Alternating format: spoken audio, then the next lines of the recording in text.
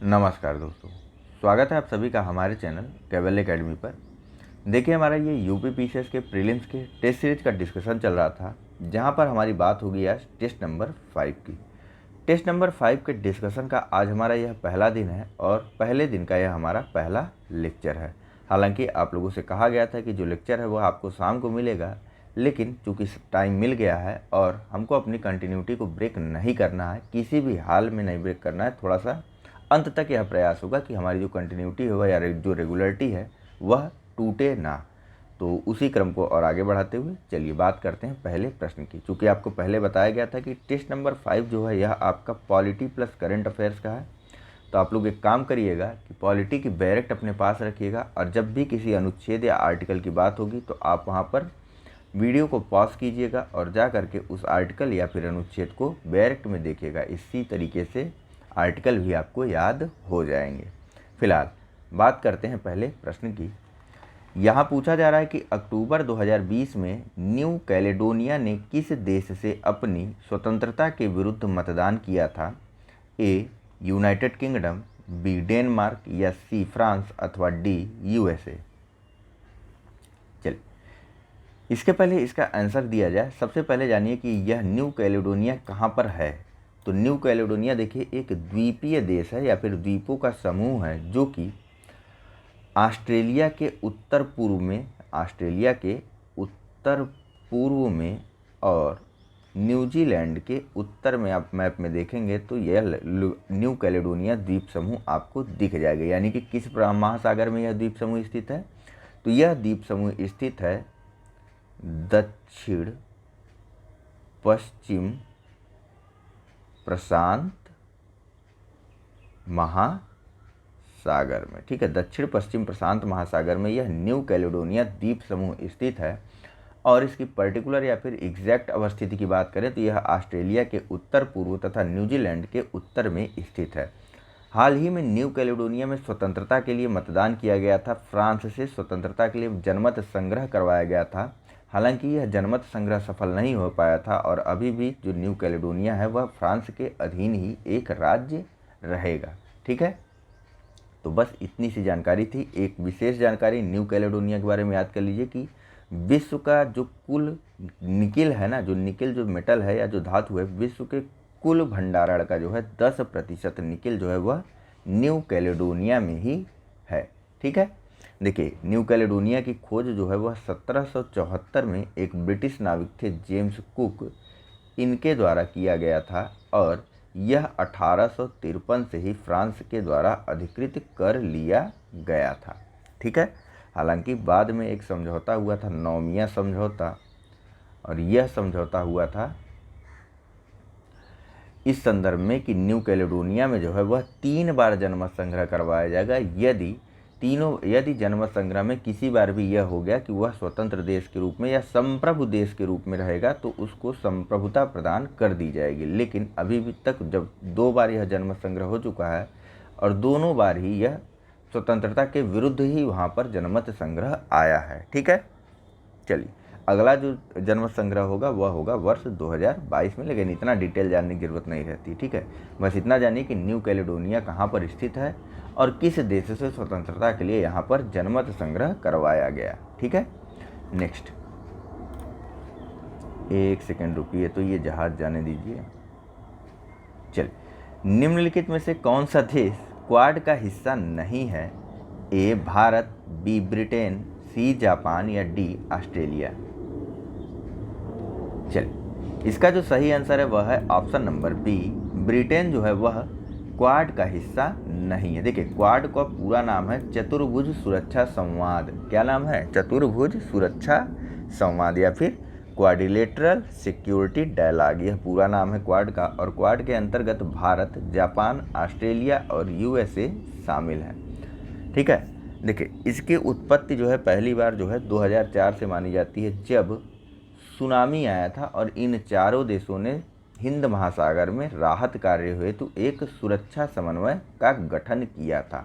हालांकि जो क्वाड देशों का पहला बैठक था वह संपन्न हुआ था वर्ष 2007 में, जब आसियान शिखर सम्मेलन का आयोजन हो रहा था। उसी के दौरान 2007 में क्वाड देशों का पहला बैठक आयोजित किया गया था। इसका उद्देश्य जो है चारों देशों के मध्य समुद्री सहयोग को बढ़ावा देना है और पहली बार इस क्वाड की अवधारणा या यूं कहें कि क्वाड शब्द का प्रयोग जो है वह जापान के पूर्व प्रधानमंत्री शिंजो एबे के द्वारा किया गया था। हालांकि उस समय ऑस्ट्रेलिया के द्वारा इसको खारिज कर दिया गया था, लेकिन बाद में ऑस्ट्रेलिया इसमें शामिल हुआ और इसने भी इसका समर्थन किया। खैर ये मत जानिए, बस इतना जानिए कि पहली बार इसका प्रयोग जो है वह जापान के पूर्व प्रधानमंत्री या इसका प्रस्ताव जो है वह जापान के पूर्व प्रधानमंत्री शिंजो एबे के द्वारा किया गया था। नेक्स्ट बात करते हैं अगले प्रश्न की, थोड़ा जल्दी चलने का प्रयास करते हैं।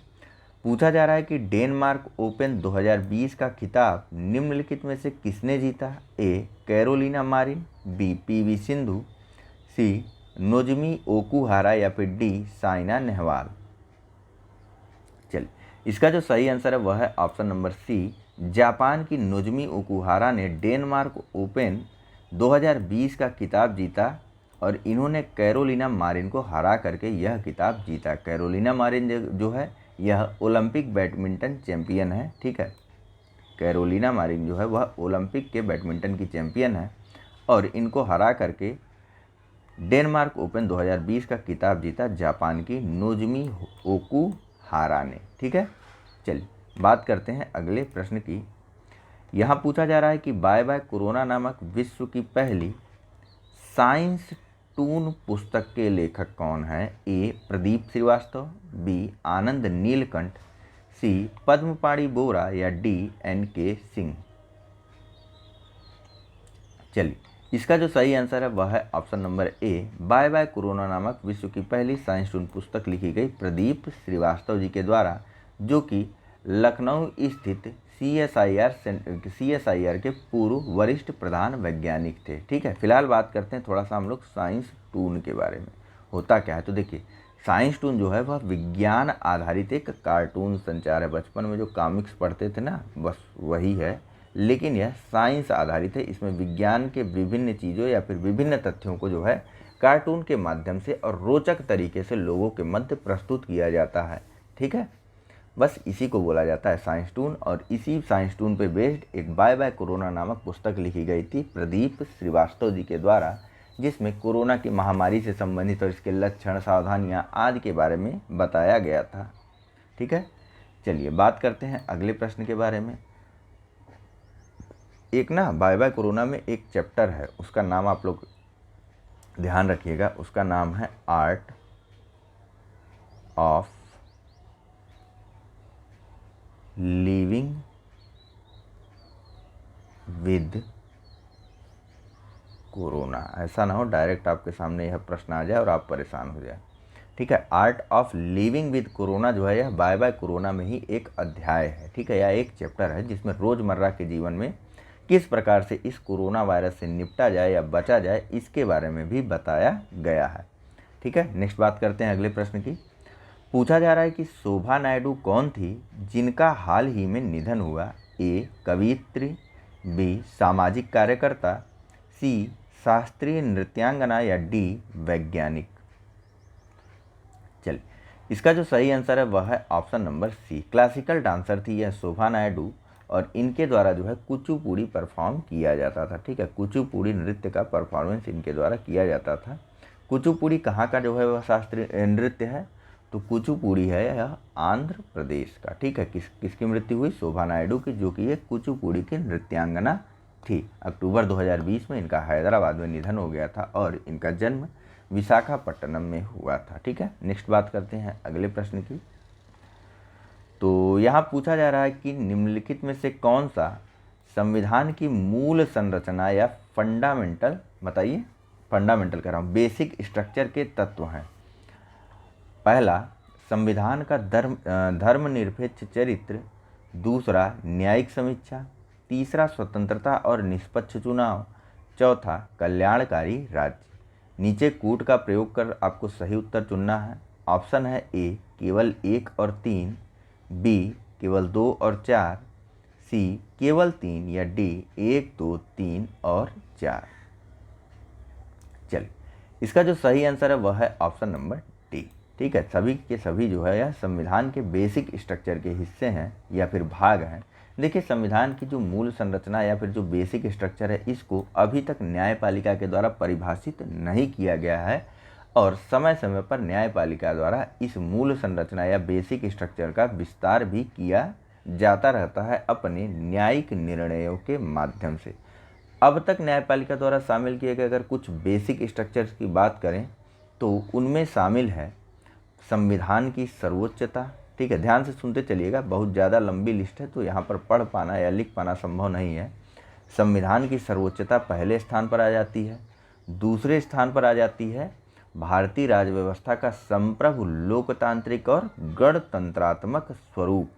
तीसरे स्थान पर आ जाता है हमारे संविधान का धर्मनिरपेक्ष चरित्र और चौथे स्थान पर आ जाता है आर्टिकल 50 यानी कि विधायिका, कार्यपालिका और न्यायपालिका के बीच शक्तियों का पृथकीकरण।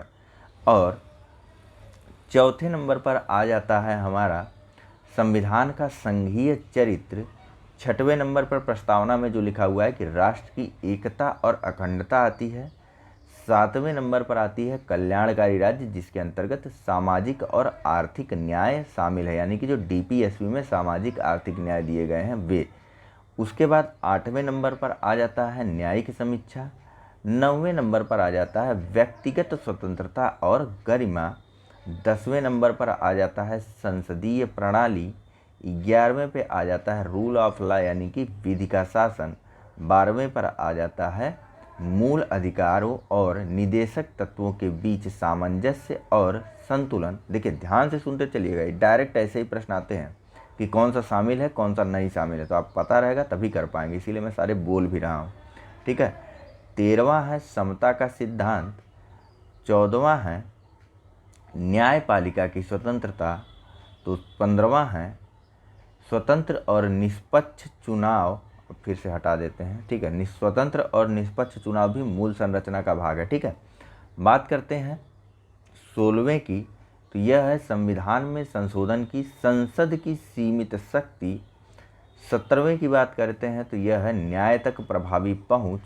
18वां है मूल अधिकारों के आधारभूत सिद्धांत। और 19वां है बेसिक स्ट्रक्चर का हिस्सा कि जो सुप्रीम कोर्ट को अनुच्छेद 32 के तहत रीट अधिकारता प्राप्त हुआ, यानी कि आर्टिकल 32, आर्टिकल 136, आर्टिकल 141 और आर्टिकल 142। बात करते हैं सभी के बारे में। आर्टिकल 32 में कोई भी व्यक्ति सुप्रीम कोर्ट में अपने मौलिक अधिकारों को प्रवर्तन कराने के लिए या लागू करवाने के लिए सीधे जा सकता है और सुप्रीम कोर्ट के द्वारा रीट जारी करवा सकता है। आर्टिकल 136 में सुप्रीम कोर्ट के द्वारा सुप्रीम कोर्ट की विशेष इजाज़त से किसी भी मामले के लिए अपील दायर की जा सकती है सुप्रीम कोर्ट में। आर्टिकल नंबर 141 सुप्रीम कोर्ट के अभिलेख न्यायालय होने की बात कहता है, यानी कि सुप्रीम कोर्ट का जो आदेश होगा वह देश के समस्त न्यायालयों के लिए विधि का काम करेगा। ठीक है, और सबसे अंत में आर्टिकल 142 या अनुच्छेद 142 में यह बताया गया है कि सुप्रीम कोर्ट का जो आदेश है वह विधि की शक्ति भी रखता है, यानी सुप्रीम कोर्ट किसी भी मामले पर सुनवाई करेगा और उसके लिए विधि की शक्ति वाला कोई भी आदेश दे सकता है। और विधि की शक्ति से तात्पर्य है कि उस आदेश में वही शक्तियाँ निहित होंगी जो राष्ट्रपति के आदेश के माध्यम से किसी विधेयक में निहित हो जाती हैं।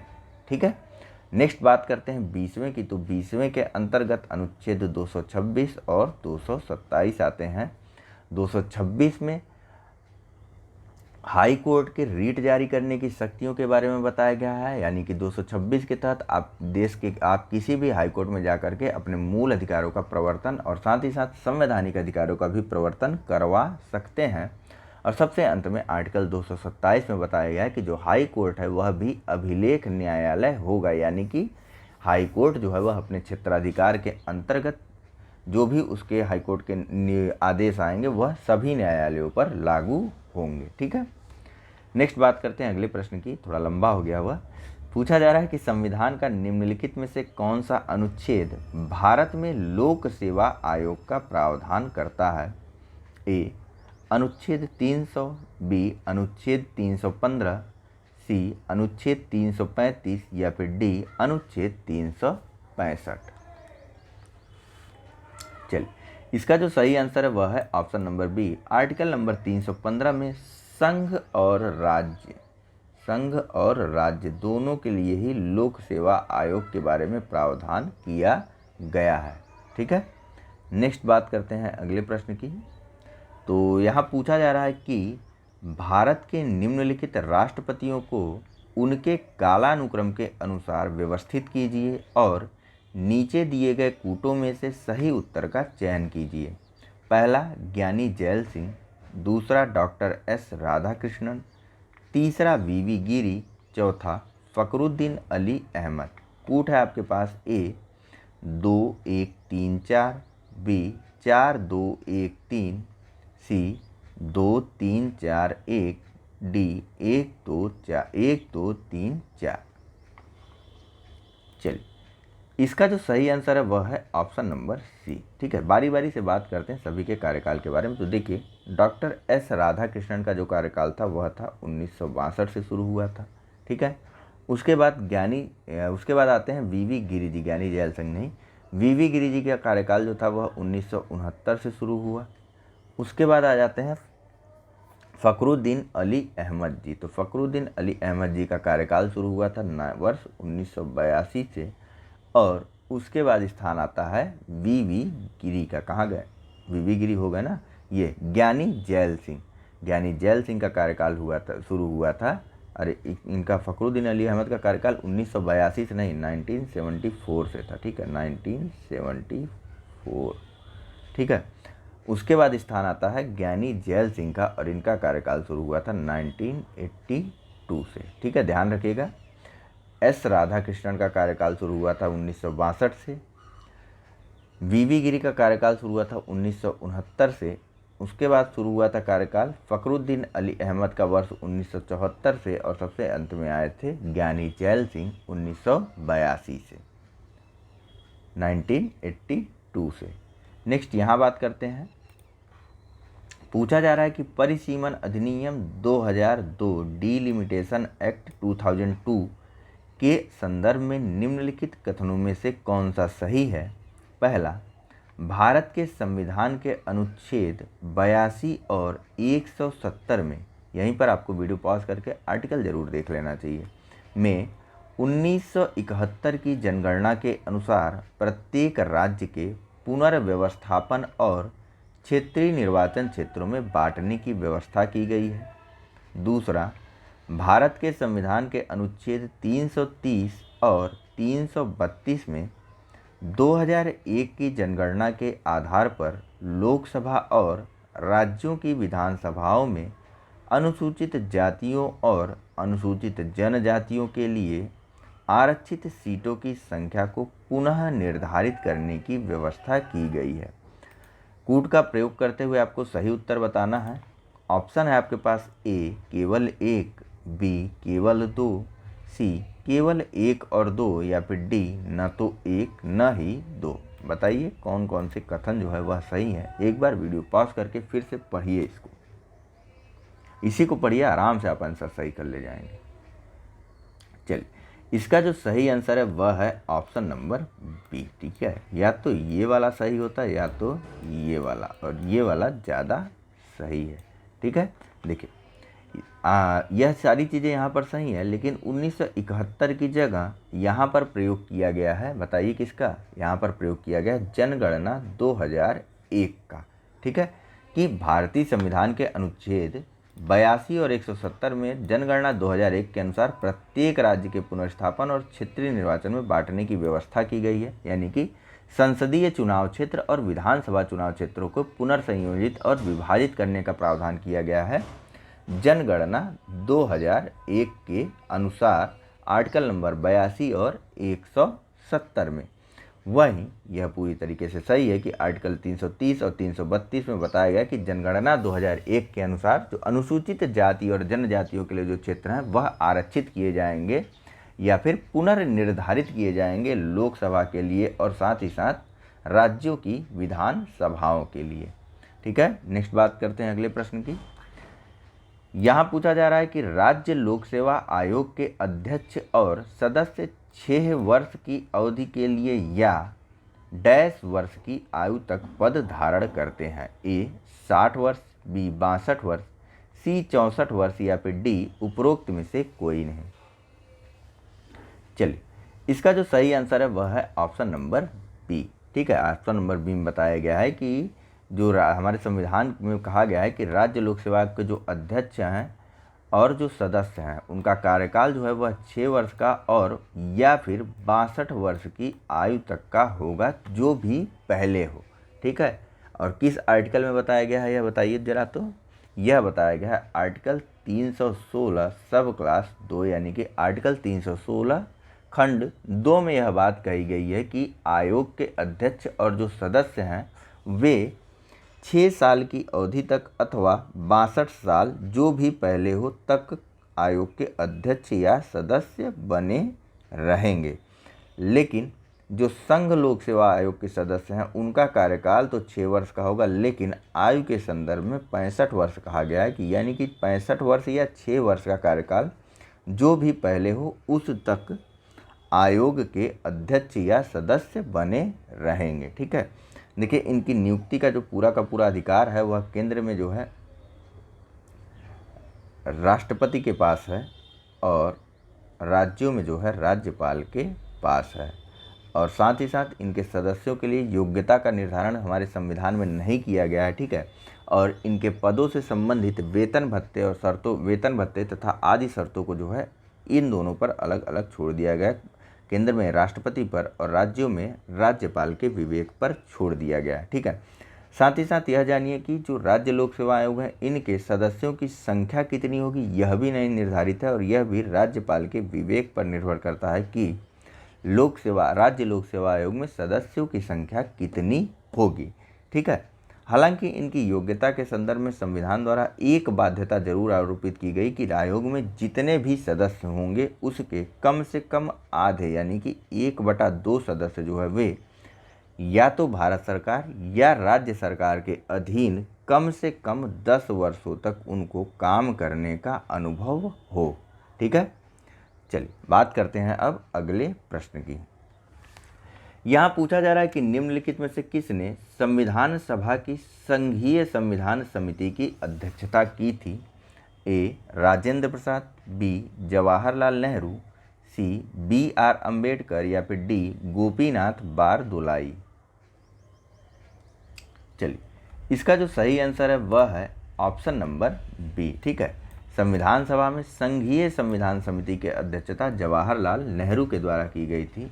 इसके अलावा जवाहरलाल नेहरू जो है वह संविधान की संघीय शक्ति समिति के भी अध्यक्ष थे। इसके अलावा जवाहरलाल नेहरू जो है वह संविधान सभा के राज्य समिति जिसका काम था राज्यों के साथ समझौता वार्ता उसके भी अध्यक्ष थे। ठीक है, फिलहाल इन सब के संबंध में आपको जो है वह आज नहीं कल एक लिस्ट प्रोवाइड कर दूंगा। आज थोड़ा सा समय आप लोग जान ही रहे हैं कि अभी भी बाहर हैं हम, तो समय कम है, डिस्कशन हो जा रहा है, यही बहुत है। 1-2 दिन में इसके यानी कि जो संविधान सभा की समितियां थीं उनके संदर्भ में एक सूची आपको ज़रूर मैं दे दूंगा। नेक्स्ट बात करते हैं अगले प्रश्न की। यहाँ पूछा जा रहा है कि प्रस्तावना में उल्लिखित निम्नलिखित शब्दों को क्रम से व्यवस्थित कीजिए और नीचे दिए गए कूटों में से सही उत्तर का चयन कीजिए। पहला गणतंत्र, दूसरा समता, तीसरा समाजवादी और चौथा न्याय। इन सभी को इनके क्रम से लगाना है, पहले कौन आया और बाद में कौन सा आया। कूट है ए 3-1-4-2, बी 1-2-3-4, सी 2-3-4-1, डी 4-2-1-3।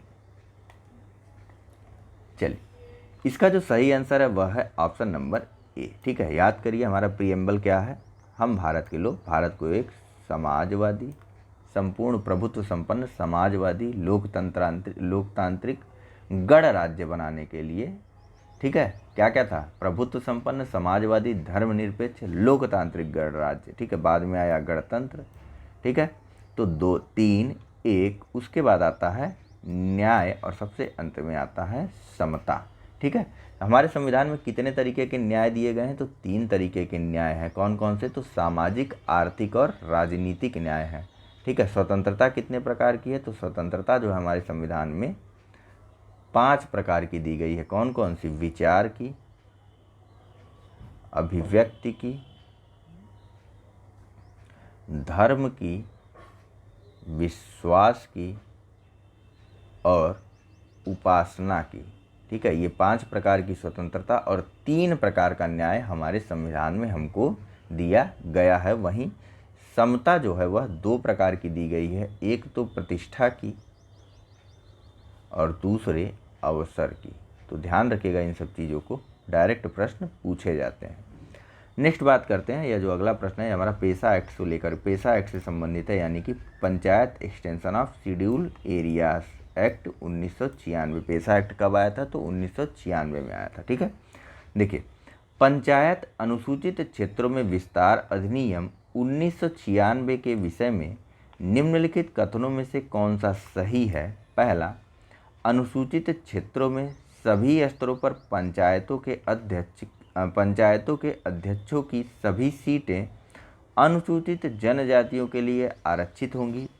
दूसरा, अनुसूचित क्षेत्रों में पूर्वानुमान लाइसेंस या खनिज के लिए खनन पट्टा देने के लिए ग्राम सभा या ग्राम पंचायतों की अनुशंसा आवश्यक होगी। कूट का प्रयोग करते हुए आपको सही उत्तर चुनना है। ऑप्शन है आपके पास ए केवल 1, बी केवल 2, सी 1 और 2 दोनों, या डी न तो 1 न ही 2।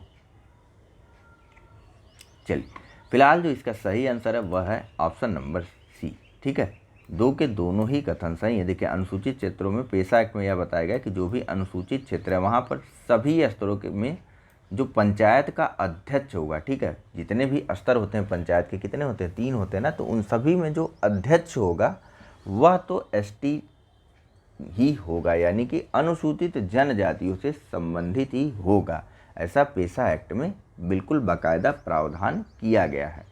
दूसरी चीज़, जो लाइसेंस या फिर जो लघु खनिज होते हैं, ठीक है, यहाँ पर सीधे सीधे नहीं लिखा गया, कंफ्यूज करने के लिए आपको दे दिया गया, जो भी लघु खनिज होते हैं इनके संदर्भ में लाइसेंस देने का प्रावधान जो किया जाएगा वह पंचायत की अनुमति या फिर पंचायत नहीं तो सीधे सीधे आप ग्राम सभा कहिए, ग्राम सभा की अनुमति के पश्चात ही लाइसेंस दिया जाएगा उन लघु खनिजों के खनन के लिए। खनन पट्टा जो दिया जाएगा उनके लिए ग्राम सभा या ग्राम पंचायत की सिफारिशों का होना अनिवार्य है। ठीक है, लघु खनिज जैसे मिट्टी वगैरह हो गया, इन सबको खनने के लिए। ठीक है, चलिए बात करते हैं अगले प्रश्न की। हालांकि अभी पेशा के संदर्भ में एक और प्रश्न आएगा, बहुत अच्छा प्रश्न है, वहाँ पर आप पेशा से संबंधित लगभग सारी चीज़ों को समझ सकते हैं।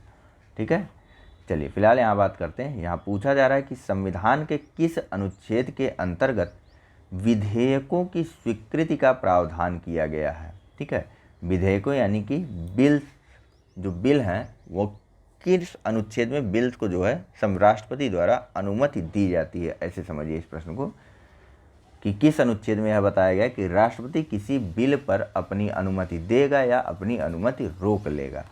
ऑप्शन है आपके पास ए अनुच्छेद 85, बी अनुच्छेद 108, सी अनुच्छेद 111 या डी अनुच्छेद 117। चलिए फिलहाल इसका जो सही आंसर है वह है ऑप्शन नंबर सी। ठीक है, देखिए बिल क्या होता है सबसे पहले यह जान लीजिए। कोई बिल या विधेयक जो है वह संविधि के प्रारूप होते हैं। ठीक है, अभी यह कानून बने नहीं है, अभी यह कानून के एक प्रारूप हैं। ठीक है, प्रारूप हैं अभी कानून के। ठीक है, अभी कानून बने नहीं है, इसीलिए इनको बिल या फिर विधेयक कहा गया। बिल या विधेयक कानून कब बन जाएगा? तो जब यह दोनों सदनों से पारित हो जाएंगे। ठीक है, उसके बाद राष्ट्रपति के पास जाएगा। अभी यह बिल ही है, यानी कि अभी यह विधेयक ही है, राष्ट्रपति के पास जाएगा।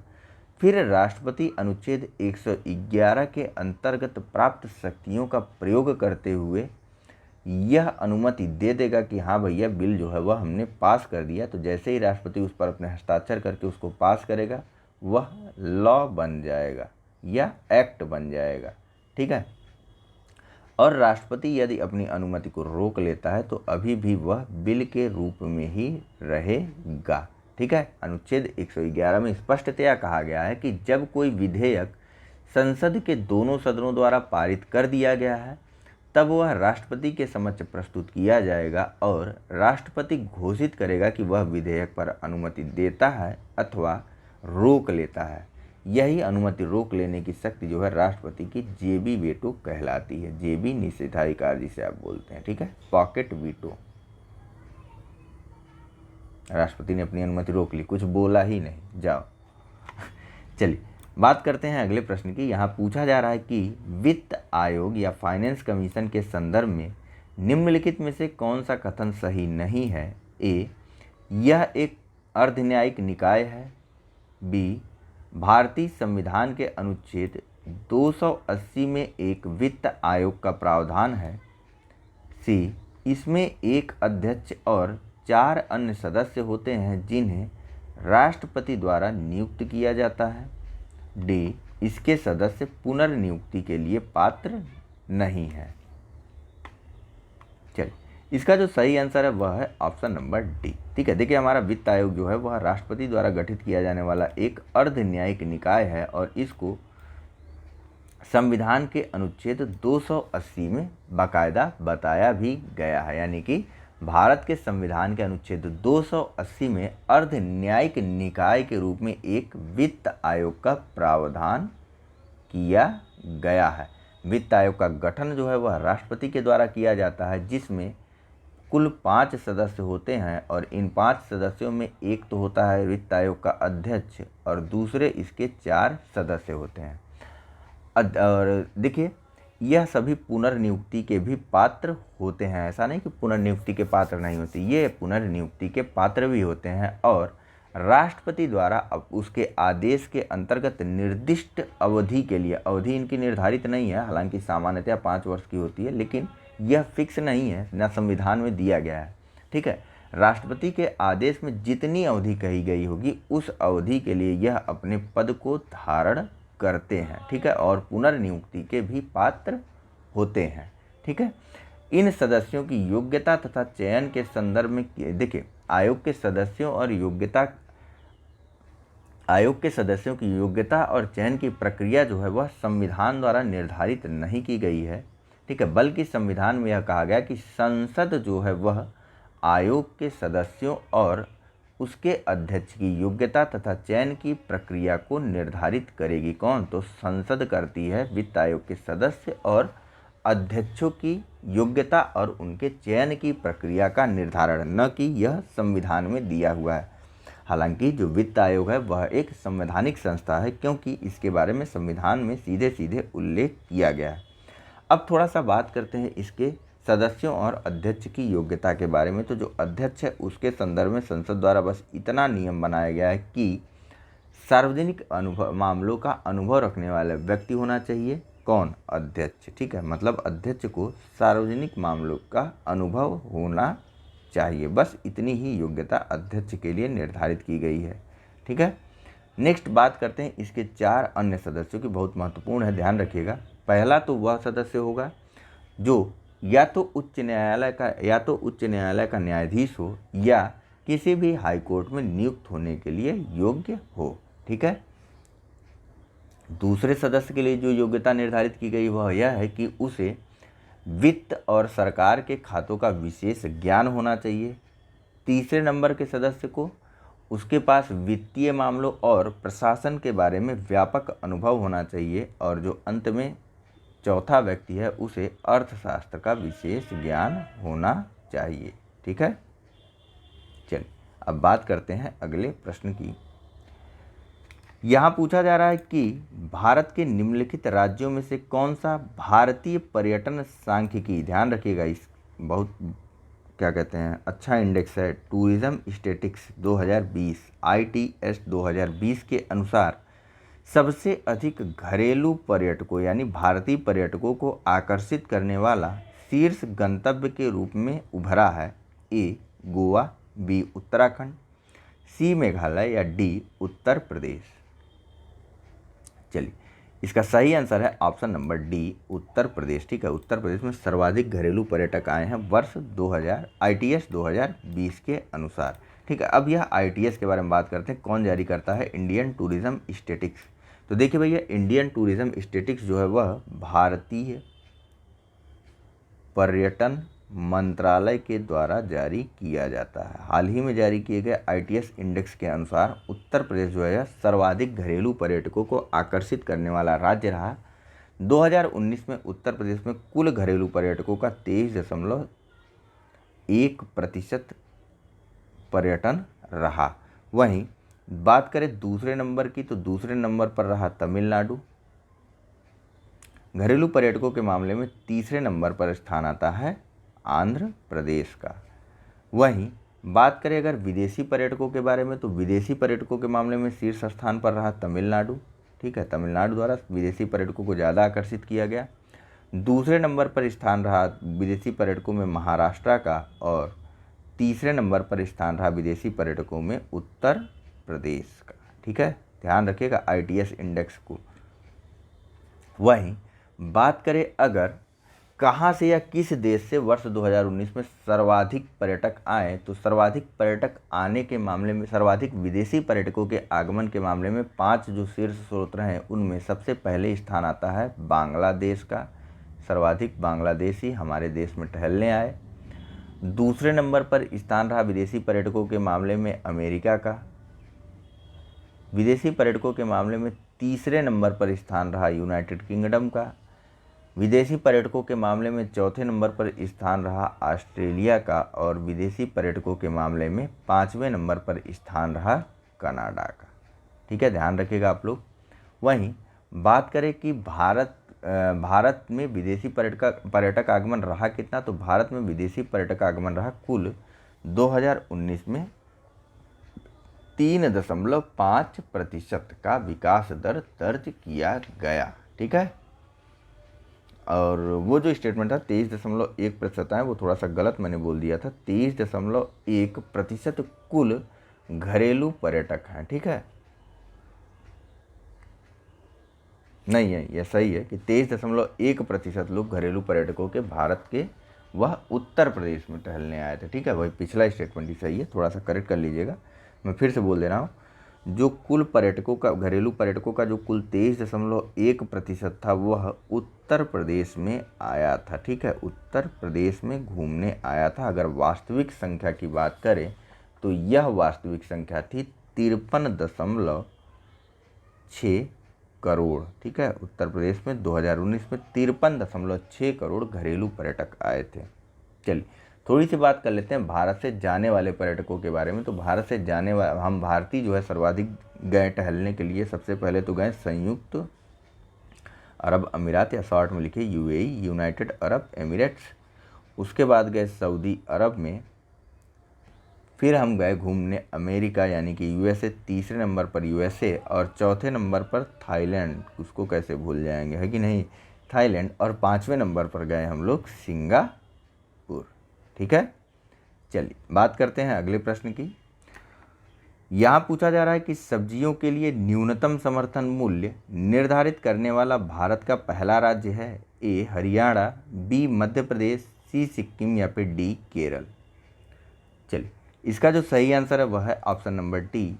सब्जियों के लिए MSP का निर्धारण करने वाला भारत का पहला राज्य है केरल। केरल के द्वारा जो है 16 सब्जियों को MSP के अंतर्गत लाया गया है। ठीक है, और सब्जियों के आधार मूल्य पर उनके उत्पादन लागत का 20% दिया जाएगा MSP। 20% ज़्यादा, जितना भी उनका आधार मूल्य है तो उसका वह जो है उनके उत्पादन लागत से 20% अधिक होगा। ठीक है, नेक्स्ट बात करते हैं अगले प्रश्न की। वैसे एक चीज़ बताइए कि यह जो है MSP जो है यह किसके द्वारा निर्धारित किया जाता है, या MSP की सिफारिश कौन करता है केंद्रीय स्तर पर।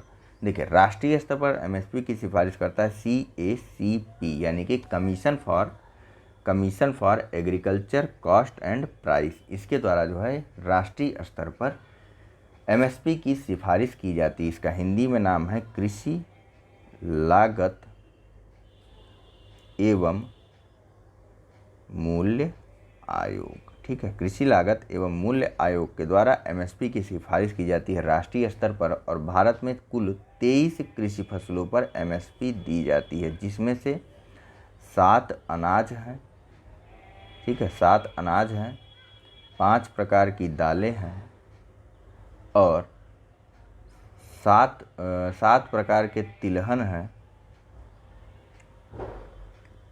और साथ ही साथ जो है 4 वाणिज्यिक फसलें हैं। ठीक है, चलिए बात करते हैं अगले प्रश्न की। ठीक है, कौन कौन से हैं अगर आपको बता दूं, छोटा छोटा ध्यान रखिएगा, मोटी मोटा। अनाजों में 7 अनाजों में धान है, गेहूं है, मक्का है, ज्वार है, मोती है, मोती बाजरा है, जौ है और रागी है।